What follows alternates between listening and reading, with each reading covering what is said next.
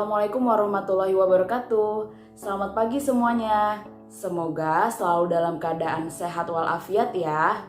Bagaimana nih puasanya yang hampir seminggu ini? Semoga selalu diberikan kelancaran serta kemudahan. Baik, tadi kita sudah murojaah, sholat duha, dan juga tilawah. Kali ini, mari kita sama-sama menyimak video tentang keutamaan membaca Al-Quran, infak, dan juga sodakoh. Ditonton sampai akhir ya. Keutamaan membaca Al-Quran. Sebagaimana kita ketahui bahwasannya Al-Quran diturunkan sebagai wahyu kepada Nabi Shallallahu Alaihi Wasallam sebagai pedoman, petunjuk, dan rahmat Allah Ta'ala. Kita sebagai muslim alangkah baiknya untuk mempelajari, memahami, dan mengaplikasikan isi kandungan Al-Quran di kehidupan sehari-hari. Ada pula keutamaan membaca Al-Quran. Yang pertama adalah mendatangkan rahmat Allah Ta'ala. Terdapat pada surat Fatir ayat 29 dan 30 yang artinya, sesungguhnya orang-orang yang selalu membaca kitabullah dan mendirikan sholat serta menafkahkan sebagian rizkinya yang telah kami anugerahkan kepadanya secara diam-diam dan terangan-terangan. Mereka mengharapkan suatu perniagaan yang tiada merugi agar Allah menyempurnakan kepada mereka pahala mereka dan menambah kepada mereka dan karunia-Nya. Sesungguhnya Allah Maha Pengampun lagi Maha Mensyukuri. Nah, tidaklah akan merugi jika kita membaca Al-Quran sebanyak-banyaknya. Malah itu akan menyempurnakan ibadah kita, apalagi di bulan Ramadan ini. Kita harus terus berlomba-lomba dalam kebaikan. Salah satunya adalah membaca Al-Quran. Yang kedua adalah perumpamaan bagi mukmin yang membaca Al-Quran. Sabda Nabi Shallallahu Alaihi Wasallam, perumpamaan seorang mukmin yang membaca Al-Quran ialah ibarat buah utrujah. Baunya harum dan enak rasanya. Sedangkan perumpamaan orang mukmin yang tidak membaca Al-Quran adalah ibarat buah kurma, tidak berbau tapi manis rasanya. Adapun perumpamaan orang munafik yang membaca Al-Quran ialah bagaikan wewangian, baunya harum tapi pahit rasanya. Sedangkan perumpamaan orang munafik yang tidak membaca Al-Quran adalah bagaikan buah hanzolah, tidak berbau lagi pahit rasanya. Hadis riwayat Al-Bukhari dan Muslim. Yang ketiga adalah pahala bagi yang membaca Al-Quran. Rasulullah Shallallahu Alaihi Wasallam bersabda, barang siapa membaca satu huruf dari Al-Quran, dihitung untuknya satu kebaikan, dan pahala satu kebaikan adalah 10 kali lipat. Aku tidak mengatakan alif lam mim itu satu huruf, melainkan alif satu huruf, lam satu huruf, dan mim adalah satu huruf. Hadis riwayat Tirmizi. Dari hadis riwayat tersebut, bahwasannya ada berapa kata dan huruf yang sudah kita hafal, sudah kita baca, dikalikan dengan 10 kebaikan. Pastinya kita akan mendapatkan berlipat-lipat pahala, berlipat-lipat kebaikan.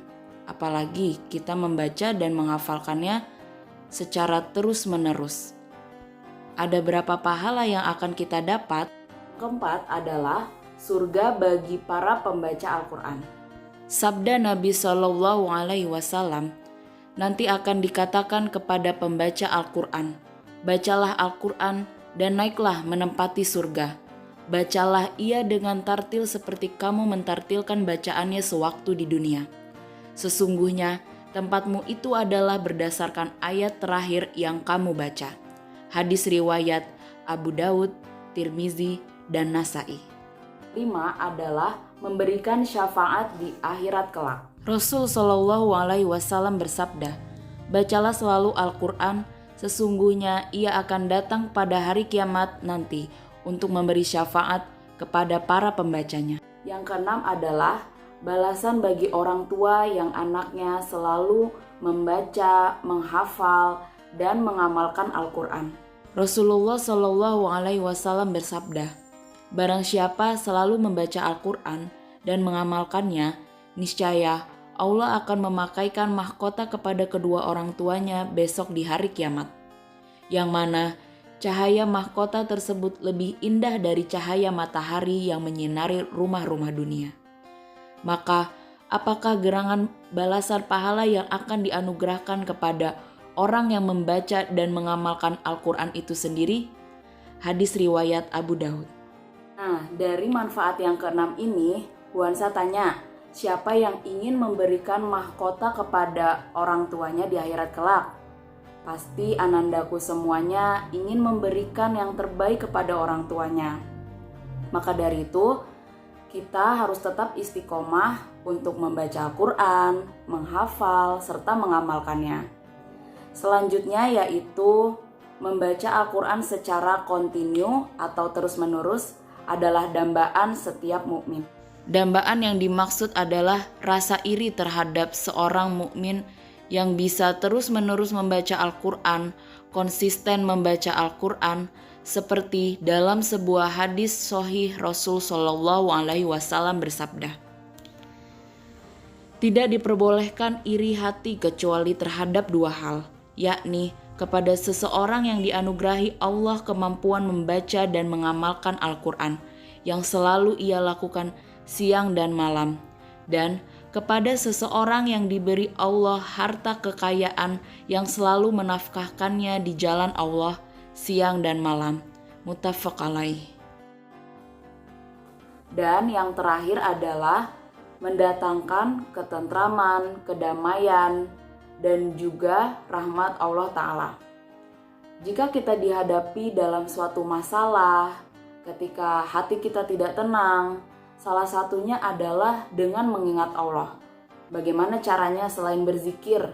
Kita juga bisa membaca Al-Quran. Itu juga akan mendatangkan kedamaian dan juga ketentraman untuk batin kita. Ada 3 golongan yang mempelajari dan memahami Al-Quran, yaitu ketiga golongan tersebut ialah orang yang paling baik adalah yang mempelajari Al-Quran kemudian mengajarkannya. Rasulullah Shallallahu Alaihi Wasallam bersabda, "Sebaik-baik kamu adalah orang yang mempelajari Al-Quran lantas mengajarkannya." Hadis riwayat Al-Bukhari. Yang kedua ialah Allah akan meninggikan atau merendahkan derajat suatu kaum lantaran Al-Quran. Sabda Rasulullah Shallallahu Alaihi Wasallam bahwasannya lantaran Al-Quran ini Allah mengangkat derajat suatu kaum dan merendahkan derajat yang lainnya. Hadis riwayat Muslim. Akhir adalah orang-orang yang pandai membaca Al-Quran dan selalu membacanya akan bersama para malaikat. Rasulullah Shallallahu Alaihi Wasallam bersabda, "Orang yang selalu membaca Al-Quran dan ia pandai dalam hal itu akan bersama para malaikat yang mulia. Sedangkan orang yang membaca Al-Quran dengan terbata-bata dan merasa kesulitan dalam membacanya, ia akan mendapatkan 2 pahala." Hadis riwayat Al-Bukhari dan Muslim. Di bulan Ramadan ini Allah Subhanahu wa Ta'ala memberikan kita kesempatan untuk memperbanyak ibadah, memperbanyak amalan-amalan yaumiyahnya. Salah satunya yaitu bersedekah. Setelah tadi kita menyimak keutamaan membaca Al-Quran, sekarang kita simak 10 manfaat sedekah. Yang pertama adalah menyucikan diri. Dengan menyedekahkan harta yang dimiliki, dosa-dosa orang yang bersedekah akan dihapuskan. Hal ini tentu saja dapat dituai jika dilakukan bersamaan dengan taubat atas dosa yang pernah diperbuat. Dan melakukan kebaikan-kebaikan lainnya, lakukanlah kewajiban yang harus diikuti dan hindari larangannya. Maka kalian akan terhindar dari dosa dan mendapatkan pahala. Yang kedua adalah pahala berlipat ganda. Bersedekah merupakan tindakan yang mulia dan sangat dihargai Allah. Imbalan bersedekah yang paling utama adalah mendapatkan pahala. Setelah melakukan sedekah, pahala yang akan kalian miliki akan dilipat gandakan.